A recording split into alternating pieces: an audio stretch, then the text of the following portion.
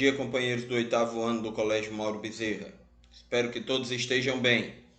Tenho sentido muita falta de vocês nas nossas aulas online.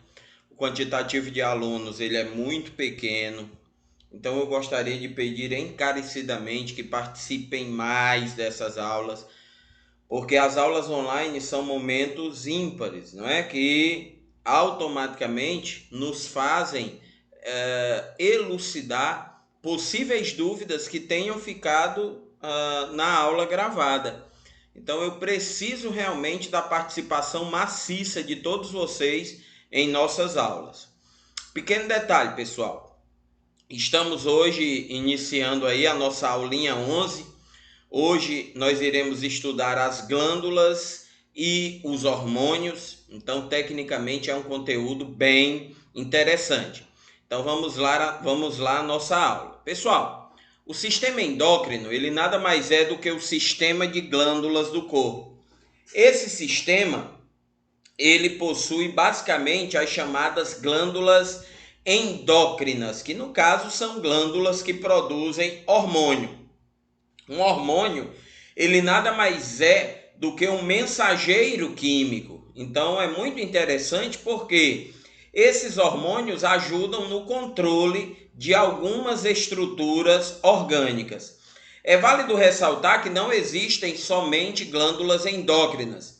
Nós também conhecemos glândulas exócrinas, que seriam, no caso, glândulas que não produzem, não secretam substâncias de cunho hormonal.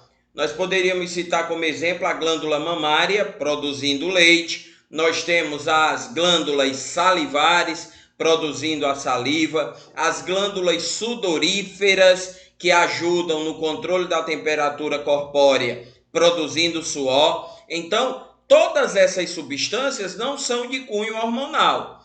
O foco central da nossa aula é justamente a glândula endócrina, que no caso vai produzir hormônios. Hormônios esses, como já falei anteriormente, mensageiros químicos com função atuante em alguns órgãos. Beleza, pessoal? É muito importante entender que no nosso corpo existem várias glândulas endócrinas. E a única diferença do homem para a mulher seriam as gônadas, né? Por quê, professor? Na mulher, o ovário e no homem, o testículo. Então, tecnicamente, a única diferença glandular do tipo endócrina que existe entre homem e mulher é só a gônada. Todas as outras glândulas, elas fazem parte dos dois. Então, os dois possuem as outras estruturas glandulares, beleza? Vamos lá para a primeira glândula, a glândula hipófise. Na realidade, a porção da hipófise chamada de adenohipófise.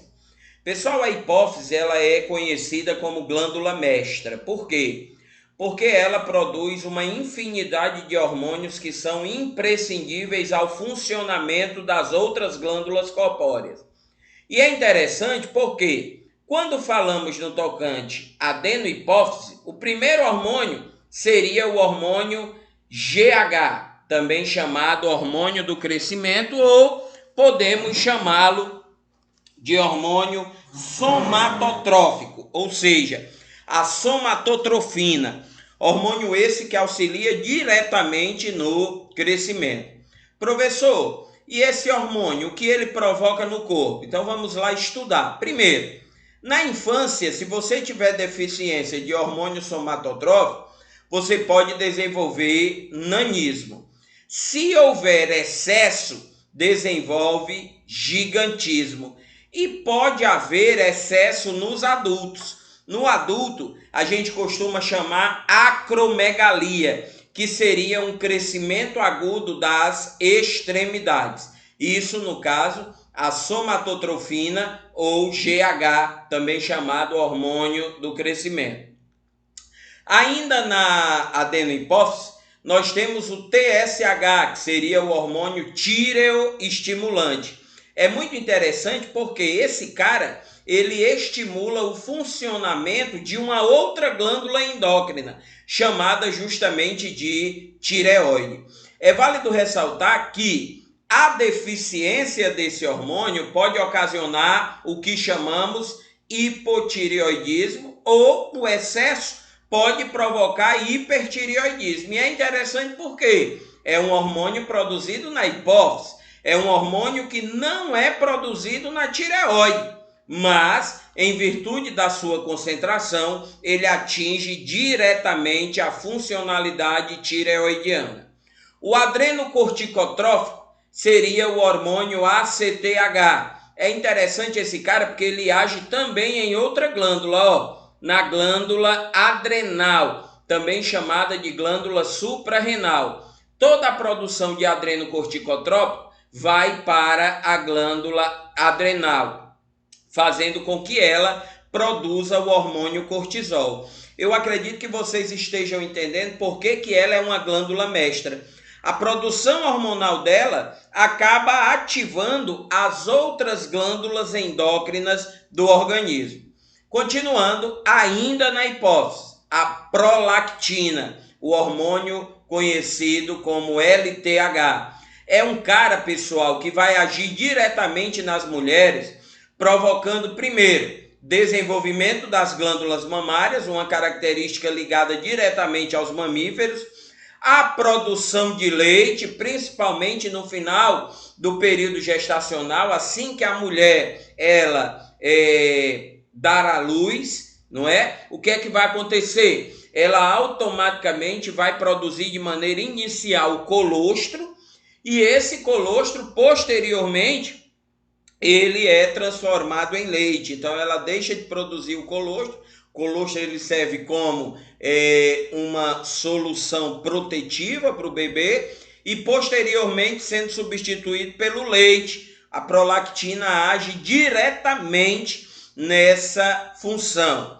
E no homem, quando a gente fala prolactina agindo no homem, nós não temos conhecimento científico para essa ação, tá? O folículo estimulante, o FSH, ele vai trabalhar tanto no homem quanto na mulher. No homem, ele vai induzir lá nos túbulos seminíferos dos testículos a produção de espermatozoides, tá? E na mulher, ele vai promover o desenvolvimento do folículo ovariano, ou seja, ele, além de produzir, ele também estimula lá a produção do estrógeno, que seria o hormônio sexual feminino. Ainda na hipófise, nós temos aqui o hormônio luteinizante, o hormônio LH. É muito importante porque no homem, esse LH, ele vai induzir a produção de testosterona, que seria o hormônio sexual masculino. Já na mulher, o hormônio, ele, além de estimular a ovulação, ele estimula o desenvolvimento do corpo lúteo ou amarelo, tá? Da parte amarela. Neurohipófise. Bem, nós saímos da adenohipófise e agora nós vamos para a neurohipófise, que seria outra porção da glândula hipofisária, também chamada glândula mestra. O primeiro é o antidiurético, também chamado vasopressina, o hormôniozinho conhecido como ADH. Esse cara é interessante, por quê? Porque o antidiurético, como o próprio nome está dizendo, ele diminui a nossa eliminação de urina. Então, o que é que acontece? Ele automaticamente acaba retendo água, e nós sabemos que a água, ela é de suma importância para as atividades metabólicas. Automaticamente, pessoal, se você tiver uma carência de hormônio antidiurético, você vai liberar muita urina e vai acabar perdendo água, podendo sofrer de desidratação, tá? É muito interessante porque essa perda de água excessiva, ela pode levar a uma síndrome conhecida como diabetes insípidos, beleza? Aqui apenas mostrando uma imagem interessantíssima, a questão do ADH. O ADH, o que é que ele faz? Ele automaticamente inibe a produção de urina, fazendo com que você elimine uma quantidade menor de urina. Ainda na neurohipófise, nós temos o hormônio ocitocina. É um hormônio interessante porque geralmente quando a mulher vai parir, o médico diz, olha, a senhora não está apresentando força, não tem força, mas aguarde um momento que eu vou lhe dar daqui a pouco uma injeçãozinha de força. O que seria essa injeção de força? Justamente a ocitocina. Vai servir para que o útero dela se contraia de maneira mais firme, expulsando assim o bebê. Então ajuda a mulher no momento do parto, no momento da gravidez, tá? Tireoide. Pessoal, a tireoide, ela é uma glândula localizada aqui na base do pescoço. Tá aqui ela, ó. Uma glândulazinha muito interessante que produz 3 hormônios principais. A triiodotironina, que seria o hormônio T3, a tiroxina, que seria o hormônio T4, e a calcitonina, que trabalha tecnicamente com o metabolismo do cálcio. Triiodotironina T3 e tiroxina T4 é aquele hormônio, esses 2 hormônios trabalham com o metabolismo geral do corpo. Então, basicamente, eles trabalham com a funcionalidade corpórea. Como assim, professor? O trabalho, a execução das atividades, metabolismo energético, tá bom? E, por último, nós temos aqui uma coisa interessantíssima, isso relacionado a esses 2 hormônios, o T3 e o T4, que seria o hipertireoidismo, uma superprodução de T3 e T4, gerando uma série de condições anomálicas. A primeira delas, a exoftalmia, que seria o olho protuso, como se o olho estivesse saindo aqui, o globo ocular saindo, não é? E o outro, o bócio, também chamado bócio endêmico, um inchaço que acontece na glândula tireoidiana, provocando essa deformidade na altura do pescoço aqui do indivíduo, tá? Hipotireoidismo é o inverso. O que é o hipotireoidismo? É o inverso do hiper. Então, enquanto o cara que tem hipertireoidismo, ele produz em demasia, o cara que tem hipotireoidismo, ele vai produzir em pouca quantidade. E quais são as principais consequências disso? A primeira, o metabolismo celular é diminuto. Se você não tem metabolismo celular, automaticamente ocorrerá um ganho excessivo de peso. Então, geralmente, as pessoas que têm hipotireoidismo, elas têm muita dificuldade no controle do peso, porque existe uma tendência a engordar. A calcitonina é um hormônio interessantíssimo, também produzido pela glândula tireoidiana, e é interessante porque ela está relacionada com o metabolismo do cálcio. Então, automaticamente, o que é que a calcitonina vai fazer? Ela tira cálcio do sangue e joga esses cálcios para os ossos. Então, automaticamente, o cálcio é removido do sangue e jogado para a estrutura óssea, dando para o osso uma maior integridade e uma maior rigidez. Beleza, pessoal? As paratireoides. É muito interessante a paratireoide porque aqui estão elas. Olha aí, ó, que coisa legal. As paratireoides.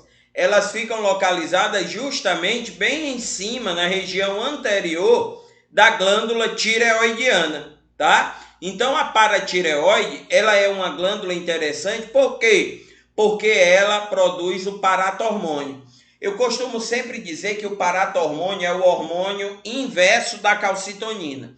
Enquanto a calcitonina, produzida pela tireoide, tira cálcio do sangue e joga para o osso, o paratormônio tira cálcio do osso e joga para o sangue. Então, ele faz justamente o inverso. A calcitonina, ela joga para o osso, o paratormônio joga para o sangue. E fica ali o corpo procurando justamente um equilíbrio nas taxas de cálcio, tá? Suprarrenais, essa é uma nomenclatura antiga. Hoje, na nova nomenclatura, as suprarrenais são chamadas glândulas adrenais. É interessante porque ela apresenta 2 porções principais. o córtex e a medula. Córtex seria a porção da adrenal mais externa e a medula a porção da adrenal mais interna. É válido ressaltar que são produzidos basicamente no córtex e na medula 2 hormônios respectivamente em cada uma delas. O córtex produz aldosterona e o cortisol, e a medula ela produz o que nós chamamos hormônio do medo, que seria a epinefrina e a norepinefrina, adrenalina e noradrenalina, que seria a maneira que nós conhecemos mais, também conhecidos hormônios do medo. O cortisol, pessoal, ele é um hormônio interessante, por quê? Porque ele auxilia na produção de glicose a partir de proteína e gordura. Então, a tendência dele é aumentar a glicemia, ou seja, aumentar o quantitativo de glicose no sangue. Já o aldosterona, o hormônio aldosterona, ele é interessante por quê? Porque ele promove reabsorção de sódio e ele também promove a reabsorção de potássio. A tendência disso, professor, aumento da pressão arterial. Então, é um hormônio que nos hipertensos ele tem que ser bem controlado. Epinefrina e norepinefrina, como eu falei anteriormente, é justamente a adrenalina e a noradrenalina, respectivamente. Ambos trabalham preparando o organismo para uma situação de medo, uma fuga, uma batalha. Por isso que eles são chamados hormônios do medo. Com isso, o que é que eles fazem? Comprimem os vasos sanguíneos, acelera a taxa de batimento cardíaco e automaticamente faz com que o seu corpo fique naquele estado de concentração máxima, ou para uma fuga ou para um possível confronto. Então são hormônios realmente imprescindíveis. Inclusive a norepinefrina é muito utilizada quando o indivíduo ele tem a parada cardíaca, porque injeta-se norepinefrina na corrente sanguínea e automaticamente há uma possibilidade maior de retorno de frequência cardíaca, porque a tendência é que o batimento cardíaco ele seja bem acelerado na presença de norepinefrina, tá bom? Pâncreas. O pâncreas, pessoal, é o que nós chamamos glândula anfícrina. Por que o pâncreas é anfícrino? Porque ele tem uma porção endócrina e ele tem uma porção exócrina. A porção endócrina trabalha basicamente com 2 hormônios. Produz a insulina e produz o glucagon. Vou já falar sobre esses caras. A porção exócrina trabalha diretamente com o processo digestivo, produzindo justamente suco pancreático, que auxilia na digestão, tá? É válido aí entender que após qualquer refeição, o pâncreas vai lá e produz insulina para diminuir a taxa de açúcar. Nos períodos entre as refeições, o pâncreas vai lá e produz glucagon, a fim de aumentar a taxa de glicose no sangue. Então fica um equilíbrio a todo momento. O pâncreas produz insulina, a taxa de glicose no sangue diminui. Aí o pâncreas vai lá, produz glucagon, a taxa de glicose no sangue aumenta. Então o corpo, ele procura a todo momento um equilíbrio, beleza? Aí, pessoal, olha aí as gônadas, inicialmente os testículos, responsáveis pela produção de testosterona, que seria o hormônio sexual masculino, atuando basicamente nas características sexuais secundárias masculinas.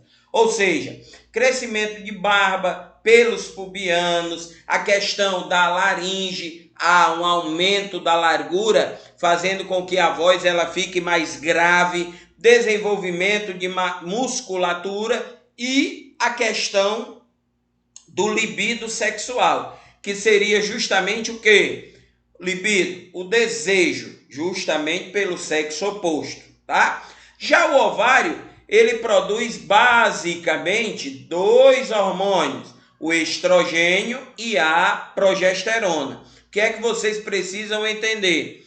Estrogênio ele é um hormônio responsável pelas características sexuais secundárias femininas. Já a progesterona, não. A progesterona é aquele hormônio que vai trabalhar mantendo a gestação, mantendo a gravidez. Então é muito interessante porque ele ajuda no processo gestacional. Beleza, pessoal? Aqui as atividadezinhas de vocês para hoje, tá? Apenas 4 paginazinhas, eu espero que façam para que a gente possa discutir na nossa aula ao vivo de sexta-feira. Ok, oitavo ano? Show?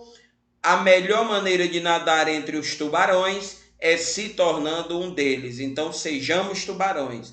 Vamos correr atrás dos nossos objetivos e, acima de tudo, vencer. Um grande abraço, fiquem com Deus e até breve. Tchau, tchau.